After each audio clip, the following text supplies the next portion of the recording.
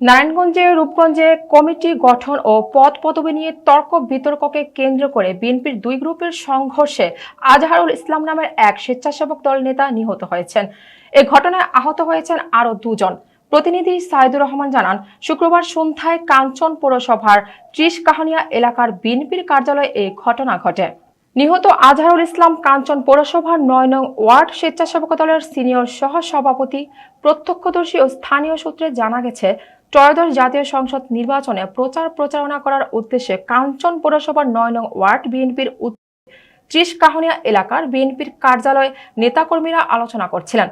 শুক্রবার সন্ধ্যায় স্থানীয় বিএনপি নেতা রাজীব ও হাসান মিয়ার সঙ্গে অপর স্বেচ্ছাসেবক দল নেতা সবুজ মিয়ার ৯ নং ওয়ার্ড বিএনপি ও স্বেচ্ছাসেবক দলের কমিটি ও পদবি নিয়ে কথা কাটাকাটি নিয়ে সংঘর্ষের ঘটনা ঘটে।